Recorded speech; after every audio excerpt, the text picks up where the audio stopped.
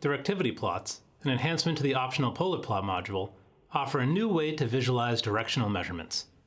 These are particularly useful for evaluating the on- and off-axis performance of a loudspeaker and microphones, for example if you're making measurements with a turntable or microphone array.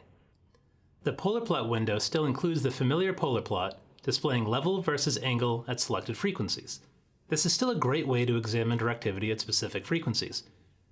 Here we're looking at measurements at 1, 2, 4, and 8 kHz. Beneath it, we have the new directivity plot. Rather than showing just a few frequency slices, the directivity plot displays the entire measurement. Frequencies shown on the horizontal axis, angle on the vertical axis, and then color represents level. Areas shown in red indicate the highest output. As the level decreases, the colors transition through yellow, green, blue, and then finally purple. This lets you immediately spot changes in directivity across the full frequency range instead of comparing individual polar plots. The two displays are fully synchronized.